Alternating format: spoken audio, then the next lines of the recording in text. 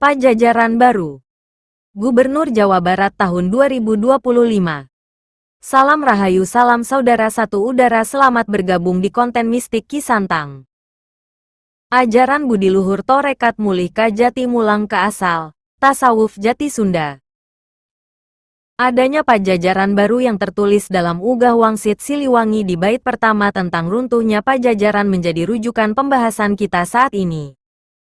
Adapun naskahnya berupa pesan sebagai berikut. Kalian boleh memilih untuk hidup ke depan nanti. Agar besok lusa hidup senang kaya raya dan bisa mendirikan lagi pajajaran.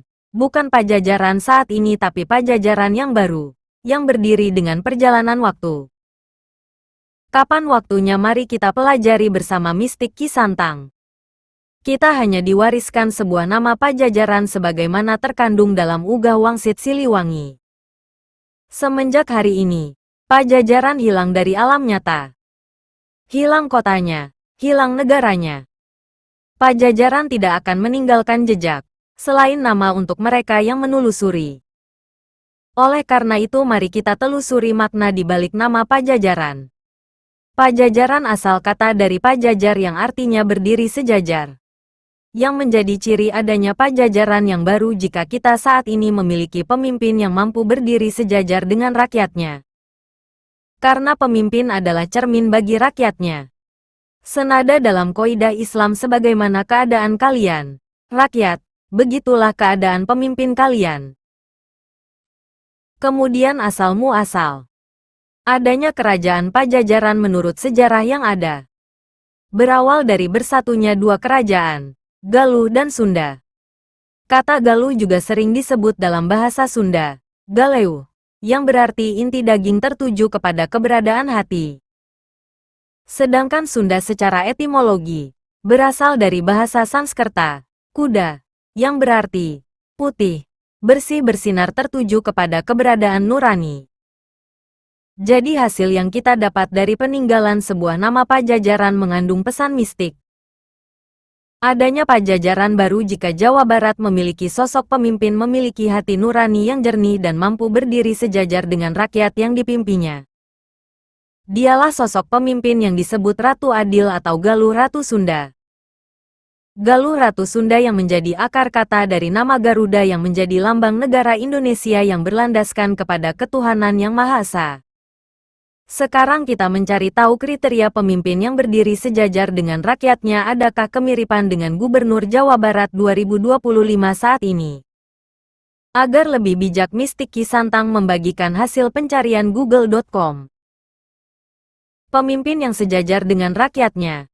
Dalam konteks kepemimpinan yang ideal, berarti pemimpin yang mampu memahami dan mengerti kondisi rakyatnya, serta mampu mengkomunikasikan visi dan misinya dengan bahasa yang mudah dipahami dan diterima oleh semua lapisan masyarakat. Pemimpin seperti ini tidak hanya menganggap rakyat sebagai objek, tetapi juga sebagai mitra dalam pembangunan. Pemimpin yang sejajar dengan rakyatnya memiliki beberapa karakteristik utama. Memiliki empati. Pemimpin mampu merasakan dan memahami penderitaan, harapan, dan aspirasi rakyatnya. Mampu berkomunikasi dengan baik. Pemimpin mampu menyampaikan informasi dan kebijakan dengan bahasa yang mudah dipahami oleh semua lapisan masyarakat. Bersikap adil. Pemimpin tidak memihak kelompok tertentu dan mengutamakan kepentingan umum. Tulus dan integritas. Pemimpin bersikap tulus dan tindakan mereka sesuai dengan perkataannya. Mendahulukan kepentingan rakyat.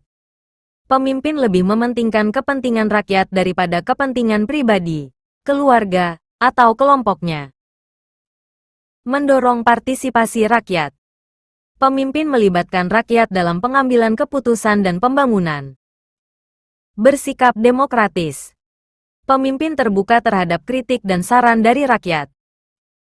Pemimpin yang sejajar dengan rakyatnya adalah pemimpin yang mampu menciptakan rasa memiliki dan kebersamaan di antara masyarakat, sehingga pembangunan dapat berjalan lebih efektif dan berkelanjutan.